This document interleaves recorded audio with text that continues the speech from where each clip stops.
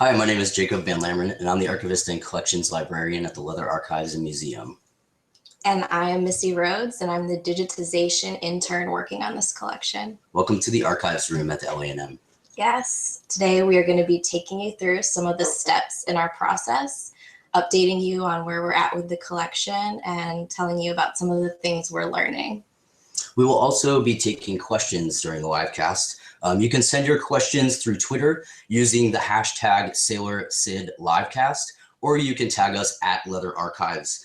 For those of you watching live, you can ask questions through the chat feature on the right-hand side of your screen. Before we talk specifically about the project, we thought we would give you a little bit of history about how we acquired the Sailor Sid collection. Back in 1997, Jim Ward sent the Sailor Sid collection here to the Leather Archives. It was left to Jim in Sid's will, and this is actually the original letter that details to Joseph Bean, the former executive director, that the collection's coming here, and that the tattoo collection actually was left to Jack Yunt. So fast forward to 2013, I arrived here full-time archivist, and we really started to think critically about doing something with this collection. So we started a project proposal, kind of detailing what needed to be done with the collection and what we actually had in this collection.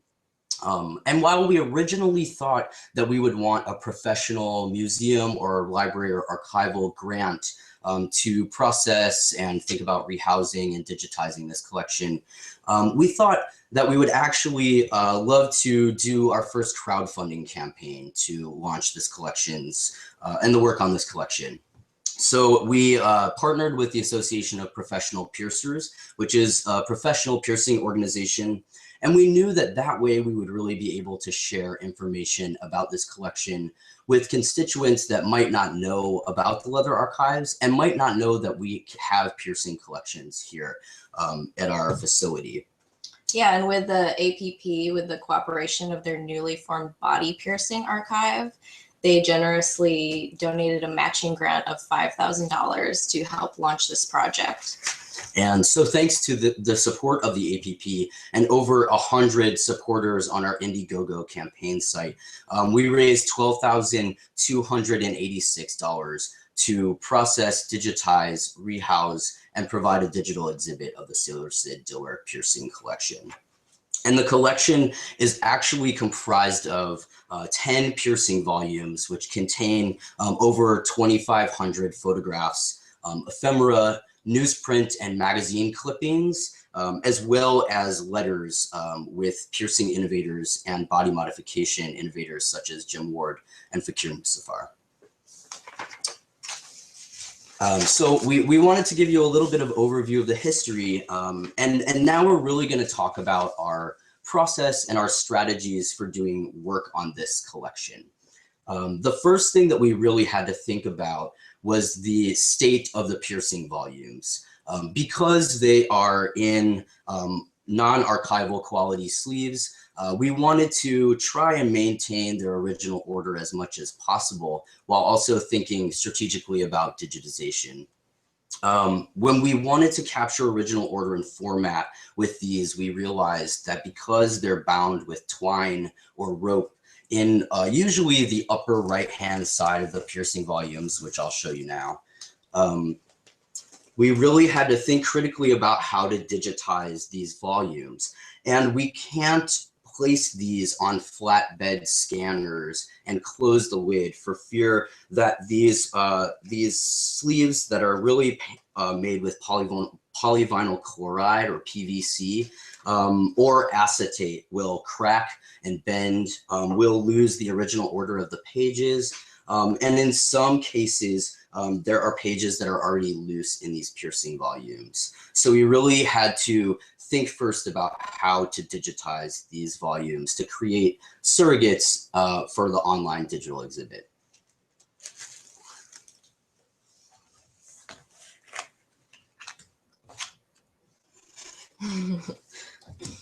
So when we did this, We originally were going to do the digitization last, but because we realized that these piercing volumes really needed to be prioritized right away, we decided to photograph the piercing volumes from above. Mm-hmm. Yes, and we'll be taking you through some images, showing you that process, and then what these photos, what these copies of these pages are going to look like. So image 1 shows the setup. So we created a DIY copy stand setup in the archive here using a tripod and some banker's boxes and lighting. And we had to test this setup a bit, and it was a bit of a trial and error, but we figured it out, and we're able to photograph these books, each page in each piercing volume, directly above it. So when you're browsing these on the online exhibit, you're going to have the same kind of experience as if you were here flipping through these books. And now we're going to show you a series of pages from the piercing volumes, and I'm going to talk through them. So we'll go to image 2.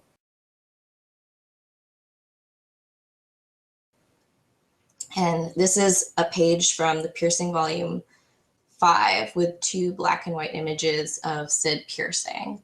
So you can see him. There's a lot of really beautiful black and white images from this series of him piercing, and there's tons of more non-YouTube friendly piercing photos that you can check out once the online exhibit has launched. And we're going to show you another image now, image 3.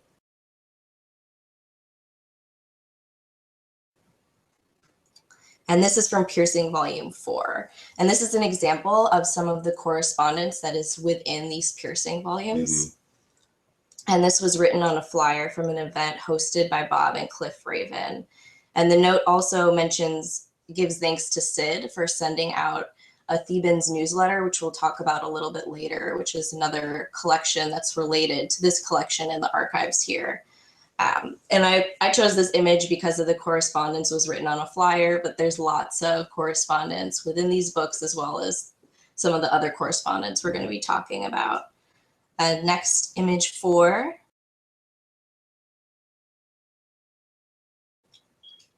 We have some color photographs from a page in the piercing volume 5. And these are, you can see that Sid has labels, and this is part of the numbering system. All of these handmade labels, some of them have annotations from Sid, and others are this code that we're hoping some researchers can crack when they go through these books online. And actually, some of Sid's letters, there's a series with a number of letters in them, and some of the letters actually say the numbering system and what the photograph is. So as long as people are reading the letters and then looking at the photographs, they should be able to identify many people in this collection. And now image 5.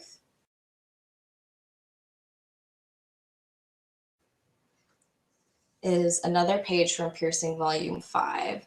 And these are 2 black and white images of both Ethel Granger and of Pam Nash. And these photos we believe are from Fakir Musafar for a Piercing Fans International Quarterly publication, an early publication of the magazine that we also have here in the collection, where Fakir is doing an interview with Granger. And we believe that that's how Sid got these images in that book there. They sent photographs back and forth, usually with every letter. Yes. And the next image, image 6, is an example of a news clipping. And throughout these piercing volumes, there's lots of news clippings related to piercing, of all kinds of civilians piercing and the exploration of piercing in media. So there's all of these cool little snippets throughout these piercing volumes. And this is just an example of one of them that Sid had adhered to a page and put within this piercing volume. And finally, we have image 7. And this is another photograph of Sid. And here you can see Sid on Fakir's bed of nails. And this is from Piercing Volume 3, which is a whole volume about Fakir with a lot of these images that Sid received from Fakir, as well as images of them that they had taken together in some of their visits. So this is a really cool one that we wanted to share. And that's just an example of how these pages from the piercing volumes are going to look in the online exhibit. So that's a little bit about what the digitization looks like of these piercing volumes, and also all the detail about what this collection really contains. And while we're very, very excited about providing access digitally, another part of what we've had to do while working with this collection is really think about what to do with these physical books and how we can best represent them in a way that nods certainly to Sid's structure of the book, while also making sure that all the photographs are stabilized, that any of the newsprint is deacidified, and that some of the paper-based documents, especially the fragile letters, may need to be encapsulated also. So in thinking about that, I really wanted to make sure to provide physical access as much as we were going to provide digital access. And the best way to do that for these volumes is to actually disbind them. Thankfully, they're usually, like I said before, only bound in a single corner.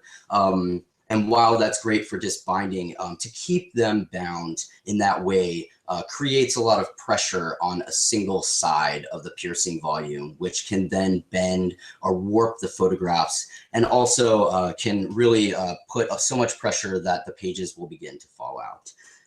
So we ordered these clamshell boxes with 3 rings inside of them to really give the effect of flipping the pages of the piercing volume when we're going to provide physical access. I can show you the beginning. There's the twine that we took off of the side and the original label. And then all of these sleeves are archival quality. And usually Sid would put 2 photographs in the same pocket. And as I was removing the photos from their non-archival sleeves, I realized just how much handwritten provenance was on the back of each photograph. So something we did decide to do that differs a little bit from the original format is to put photographs in a single in each pocket, so that when people flip through, they can really engage with the writing on the back side. But all of the photographs are in their original order, and so people will be able to safely and securely flip through these piercing volumes as they want to access them in-house here at the Leather Archives and Museum. Yes, and we also had films in the collection that we're going to talk about, and 8 of the films were selected for digitization. The reason those 8 were selected was because the majority of the films in this collection were commercial pornographic releases. So we're going to have pictures of them online so you can still see the annotations that Sid had made on these commercial pornographic films, but they're already online, they're already documented and preserved. So we will rehouse these in all of the films in the collection to keep them stabilized, keep them with the entire collection. But the 8 that we did select, yes, the 8 that we did select are because these films had either no markings on them or they had homemade labels. So we did receive confirmation from the Chicago Film Archives, who helped us digitize these films. And 3 of them are home movies. So we're really excited to check those out and keep you updated on the progress of the films and what's on the home movies that we do have. Yes. And the Chicago Film Archives is a great local institution that helped us with this project. They formed in 2003, and they started with this large collection of 16mm films from the Chicago Public Library. And from that, they've grown, and they do rehousing and digitization for the public. So we're really happy to work with them and to have them give some TLC to these films so we can share them with you all. And they also provided a really great report about what they found with the films. Some of them did need to be repaired or spliced and taped back together because there was some damage. But we are very excited to share information about the home movies. And we will talk a little bit about where we're going to share that information in the future, so you can keep updated on the progress with the work of this collection. Right now, that's basically where we're at. We are in the process of rehousing a lot of these piercing volumes. We also have to create what's called metadata, which is basically just information about the actual resource itself. Any subject headings, any prominent figures, and a little bit about what each volume contains, or in some cases, letters. So that is pretty much the end of the conversation about our process, but we are certainly available to take questions at this point. And we also wanted to share a little bit of information about what we've learned from this collection, because it's very rich and it's a very dynamic piercing collection that provides a lot of information about the history of body modification and piercing in the 1970s. So the first thing that I want to talk about is Series 3 is the Personal Papers series, and it contains most of the letters. They were all found loose at the bottom of a box, and so now they are organized chronologically. All the undated letters are in the beginning, and then they are chronological. So the first letter I wanted to talk about is dated December 26, 1975, and it starts, "Dear Doug." At the very bottom of this letter, you can see some red X's, hopefully, and some red writing. And what that says is, "This is all from Ronald Loomis. He is big in the penis enlargement scene." And that is a photocopied letter from Fakir Musafar, aka Roland Loomis, to Doug Malloy, who is another piercing innovator and also featured in Piercing Fans International Quarterly. He was very good friends with Sid, and he photocopied this letter from Roland Loomis and sent it to Sid so that they could connect about body modification and piercing. And so the first letter that we have between Fakir Musafar, aka Roland Loomis, and Sailor Sid is dated October 5th, 1976. But I'm almost certain that they met and interacted and were corresponding back and forth before that. But these letters really talk about so much innovative work that Fakir was specifically doing at the time around performing sung dances and all kinds of rites ceremonies for the first time in public. And Sid was there with Roland in 1977 at the International Tattoo Convention in Reno, Nevada, when Fakir first performed as Fakir. What do you want to talk about? Well, something that I found interesting within the collection was that Sid had a really large film collection. So not just the porn films that we have, but he had a whole feature cinema films, as well as a lot of short films. And I found out reading through some correspondence that he actually sold his film collection of the mainstream cinema films that he did have to Doug Malloy's son. And he brags about it in a letter to someone that he found out that Doug Malloy's son also was tattooed and pierced, and it made him so happy. And I just thought it was a really funny coincidence that he ended up selling his film collection to him and that it was so large. And he also shot tons of film. He talks about, I wish that we did have all of the films that he had mentioned, shooting in Mardi Gras and shooting reel after reel of film, and just talking about how the crowd loved him and how he loved to be an exhibitionist in that space and all of the attention he was getting. It was really great. I love how he writes about his exploits as well. I know we said a little bit earlier that we were going to talk about related collections, and one of them is the Thebans MC newsletter. The Thebans MC was a gay motorcycle club in Miami, Florida, and Sailor Sid was an honorary member, and also for quite a long time, quite a few years, was a newsletter contributor, a regular contributor. And I found a profile on Sailor Sid in our Thebans newsletter collection. And in that profile, it talks about a little bit about Sailor Sid's biography. Yes, this is the newsletter.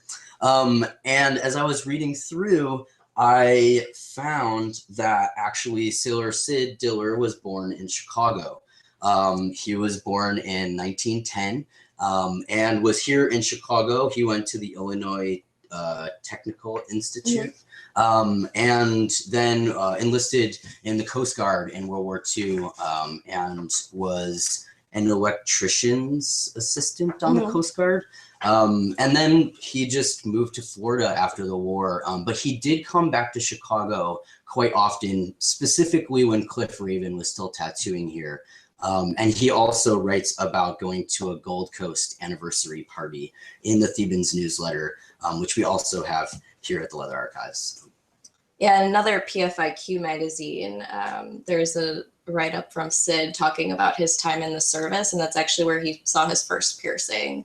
And it was on someone's chest in a really strange place, and it kind of terrified and excited him. And suddenly he and like some of his friends in the service all wanted to get tattoos, and he was just commenting on that culture and being at the beginning of it and seeing more and more people with tattoos and piercings. Something that I have learned from this process, specifically around archival work, is that preservation is very difficult.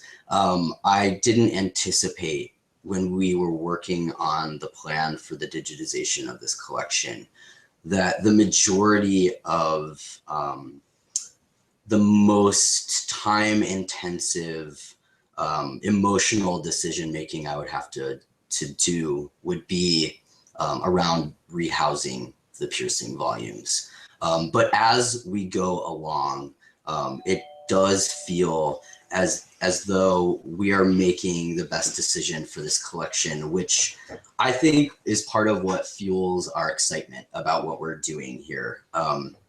Being able to provide access online and physically was really paramount to this project.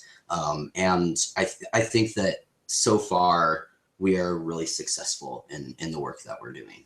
Let's show some other stuff off. Yes, well, I wanted to mention one of my favorite tattoos. Okay.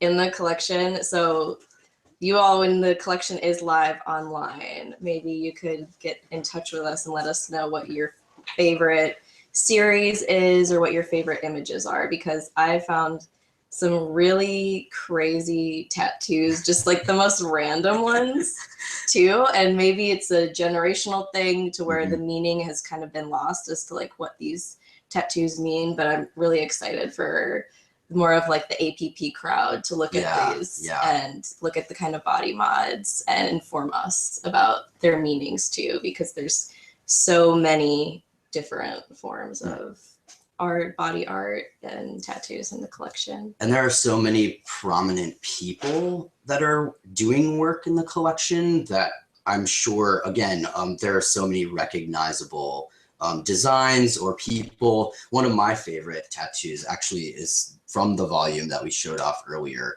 I'm very sure that this is Cliff Raven here. Because Cliff Raven did this tattoo on Sid. And he writes about it, not only in letters, but also in a newsletter as well. And actually in 1975, Sid writes in a letter that Cliff came to stay at his house for 5 weeks. Not really a vacation. It was more almost like a tattoo intensive where he made appointments and tattooed out of Sailor Sid's house for almost the entire time he was visiting, and also really taught Sid a lot about tattooing, which I think is great. He writes a lot about how he's still learning and always learning more and more about specifically tattoo as art. We ready for some questions? Yes. Yeah. Great. How many of the images will be in the online exhibit? So how many of the images will be in the online exhibit? All of the images? All of them. Yes, so they will be in their original order as they were documented, as Sid had organized them. And they will all be available online, as well as images of all of the covers of the films. And the letters. Yes, and the letters. So you'll be able to see images and zoom in on the letters to kind of get all the detail about what it would look like in person. And we'll also have a finding aid that's going to act to help navigate the collection and inform you about these single images of each page in the piercing volumes. Is there another question? Yeah, we have one more. What kind of piercing was Sid into? Sid was into a lot of different kinds of piercing, but he really liked to pierce his own ball sack. That was his favorite thing to do. He talks a lot about masturbating that way, actually, and how erotic it is and was for him to pierce himself. Specifically before, I think he didn't really have a lot of piercings at the time, his earliest writings, but he is talking about using a pin board a lot. And the majority of the piercings in the collection are all a variant of genital piercing. Yeah. And then there's also lots of nipple piercing too, and that's pretty much the majority of the collection. But there's so many pictures of piercings, so yes, it's going to be great to have that online because every image, all of the piercing pictures will be there. And also he wrote a lot about his guiche piercing. He really liked that one. We don't have any more questions right now. Okay. Well, we want to thank you for tuning in to the Sailor Sid Livecast. You can also keep in touch with us and keep updated about work on the collection. We will be updating our Archivist Corner Tumblr blog every other week with Sailor Sid updates and images from the collection. So please follow us on Tumblr. You can find a link to that on the LANM website. Yes, and also make sure you follow Leather Archives on YouTube and Twitter to keep in touch with the Sailor Sid Diller piercing collection. We want to thank the Association of Professional Piercers, the Chicago Film Archives, and all of the supporters of our Indiegogo campaign. This work is possible because of you. So thank you. Thank you.